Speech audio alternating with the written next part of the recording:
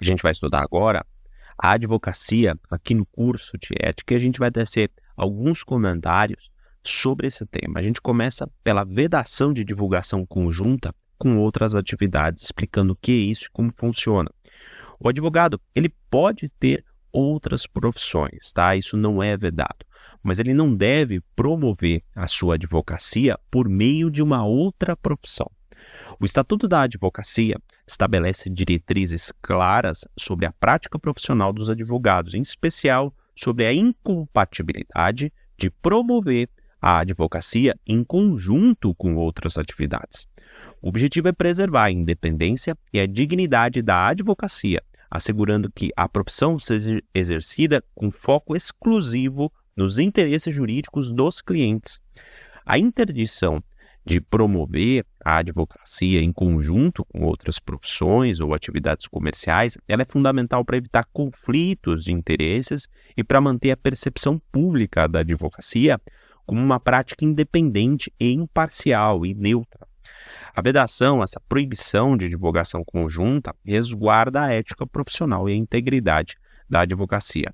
Quando um advogado exerce outra profissão, ele precisa manter uma separação bastante clara entre as duas atividades, especialmente em termos de publicidade e marketing. Isso significa que não deve haver uma mistura de mensagens ou sugestão de que os serviços advocatícios são complementares ou secundários a outra atividade profissional. Essa separação ajuda a prevenir situações em que a objetividade e o julgamento profissional do advogado possam ser comprometidos ou percebidos como influenciados por interesses alheios à advocacia. A não observância dessas regras pode levar a sanções disciplinares, incluindo suspensão ou até mesmo a exclusão dos quadros da OAB. Outro ponto que merece atenção aqui no estudo da advocacia é compreender que o advogado, ele é compreendido, ele é entendido como uma figura indispensável à administração da justiça. O advogado é fundamental na administração da justiça, desempenhando um papel social e público importante. Na advocacia privada, o advogado ele executa uma função social, agindo como um agente essencial do Estado e da Justiça. Essa perspectiva ela é reforçada pela própria Constituição Federal, que define as funções essenciais à administração da Justiça, incluindo magistrados, membros do Ministério Público e advogados, formando um tripé que é essencial no processo judicial e administrativo. A advocacia ela é destacada como um dos 3 pilares da justiça ao lado dos magistrados e membros do Ministério Público. Então, essa tríade ela é indispensável para a concretização da justiça, seja em processos judiciais ou administrativos. O advogado, nesse contexto, ele não apenas representa os interesses dos clientes, mas ele também contribui para a correta aplicação da lei e a realização da justiça. O seu papel vai além da mera representação legal, englobando a defesa dos direitos fundamentais e a promoção da justiça. O reconhecimento da advocacia como função essencial à administração da justiça, estabelecido na Constituição Federal, sublinha a importância deste profissional no sistema jurídico. O advogado não é apenas um representante do cliente, mas um componente vital da administração da justiça, tá bom? Garantindo que processos sejam justos, equitativos, conforme os princípios legais. Outro ponto que é relevante aqui no âmbito da advocacia guarda relação com a imunidade profissional. O advogado ele possui imunidade em relação aos crimes de injúria e difamação, conforme o artigo 7º do Estatuto, que está em vigor. Dá uma olhada no que diz esse dispositivo no caput. São direitos dos advogados. Parágrafo 2º.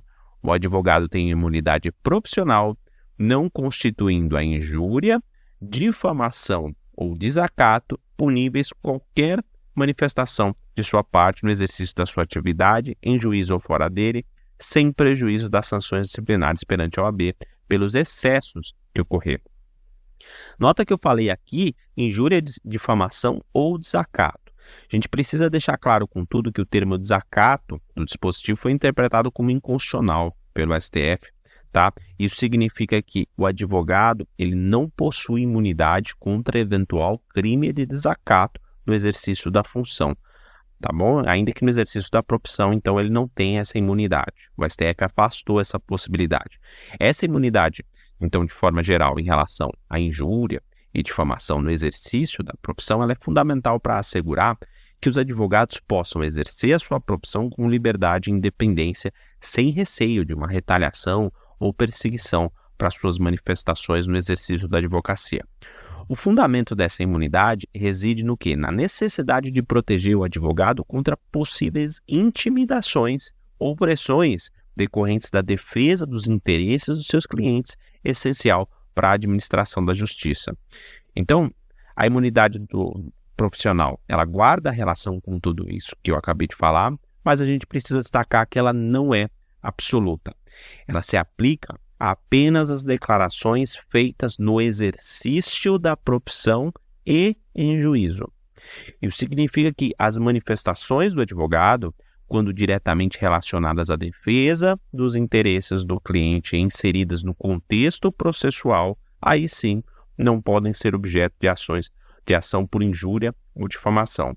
No entanto, essa proteção não abrange uma declaração que extrapola esse limite da defesa técnica ou que seja feita fora do contexto processual em que casos o advogado pode ser responsabilizado civilmente ou penalmente, tá? Então tem que tomar cuidado com esses limites. A imunidade profissional é um mecanismo essencial para garantir a efetivação dos direitos e a correta administração da justiça, mas existem limites aqui, tá?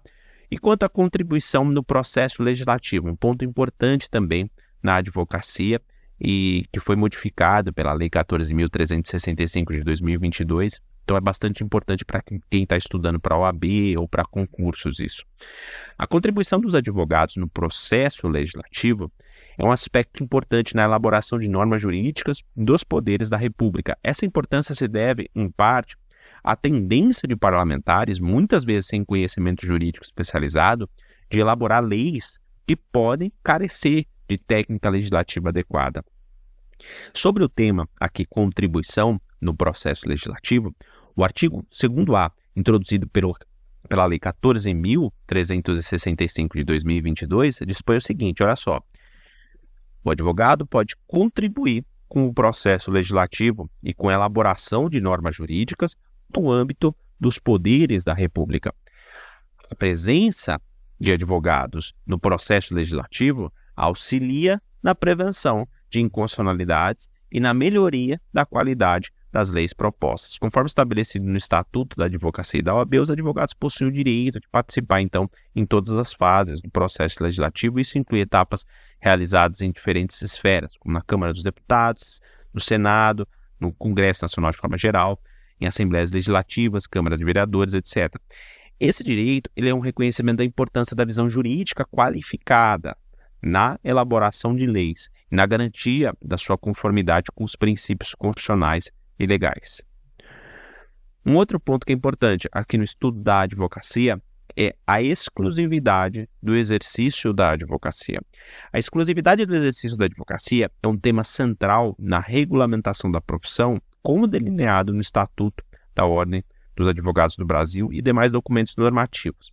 A principal ideia aqui de exclusividade no exercício da advocacia é que somente indivíduos devidamente inscritos na OAB podem realizar certas atividades jurídicas, protegendo com isso a qualidade da ética profissional. Os atos privativos dos advogados, que definem a exclusividade do seu exercício profissional, estão previstos lá no artigo 1º do Estatuto da OAB. Esse artigo especifica que somente os advogados podem postular em juízo, prestar consultoria, assessoria jurídica e direção jurídica, além de outras atividades descritas no Estatuto. Esses atos privativos asseguram que as funções mais críticas e sensíveis no âmbito do direito sejam executadas por profissionais qualificados e responsáveis. A gente tem aula específica já aqui no curso sobre os atos privativos dos advogados. O artigo 1º do Estatuto também estabelece exceções à regra da capacidade postulatória, exclusiva dos advogados. Exemplos são a impetração de habeas corpus, que pode ser feito por qualquer pessoa, causas de menor complexidade dos juizados especiais e jus postulandi na Justiça do Trabalho. A gente falou sobre tudo isso na aula específica sobre atos privativos dos advogados.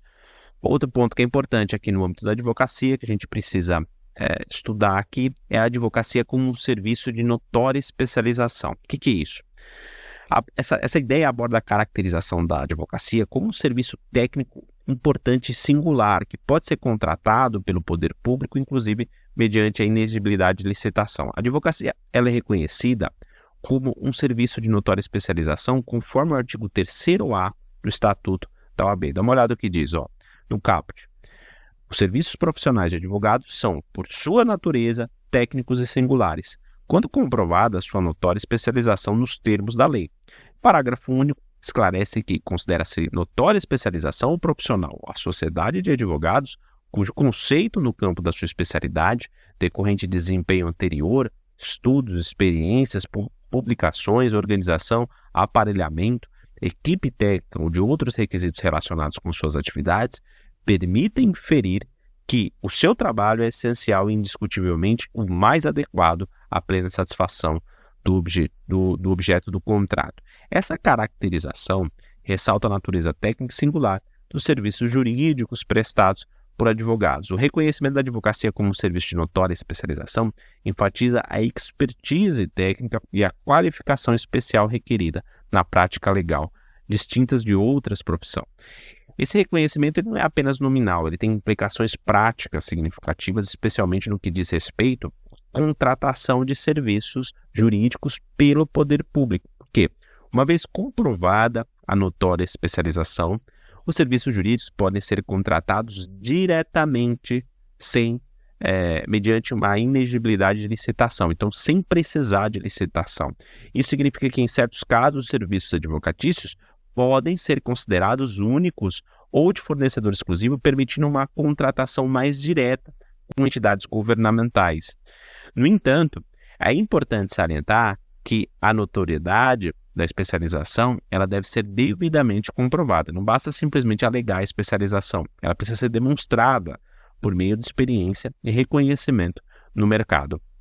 Por exemplo, um advogado com uma longa experiência e no conhecimento aprofundado de um determinado tributo, ele pode legitimamente reivindicar ser um prestador de serviço de notória especialização, e essa comprovação é essencial para diferenciar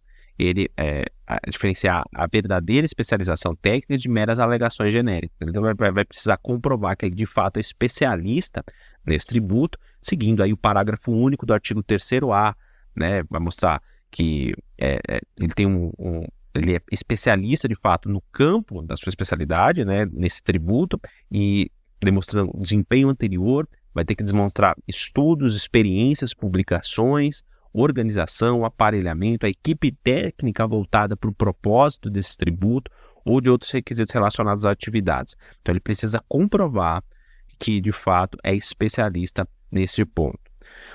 Um outro ponto que é importante aqui, quando a gente estuda a advocacia, são os atos nulos e exercício irregular da profissão, muito cobrado, inclusive, na prova da OAB, esse tema. A advocacia, regulada pelo Estatuto da Advocacia e da OAB, estabelece regras claras sobre quem pode exercer a profissão legalmente. O artigo 4º do Estatuto e o artigo 4º do Regulamento Geral, eles são importantes nesse aspecto. Esses artigos determinam que os atos praticados por uma pessoa não inscrita na OAB são nulos. Dá uma olhada no que diz o artigo 4º da OAB. Diz o seguinte, no caput: são nulos os atos privativos de advogado praticados por pessoa não inscrita na OAB, sem prejuízo das sanções civis, penais e administrativas. O parágrafo único esclarece que são também nulos os atos praticados por advogado impedido, no âmbito do impedimento, suspenso, licenciado ou que passar a exercer atividade incompatível com a advocacia. Já o artigo 4º do Regulamento Geral da OAB dispõe o seguinte, no caput: prática de atos privativos de advocacia por profissionais e sociedades não inscritos na OAB constitui exercício ilegal da profissão. E o parágrafo único esclarece que é defeso, então é vedado ao advogado prestar serviços de assessoria e consultoria jurídicas para terceiros em sociedades que não possam ser registradas na OAB.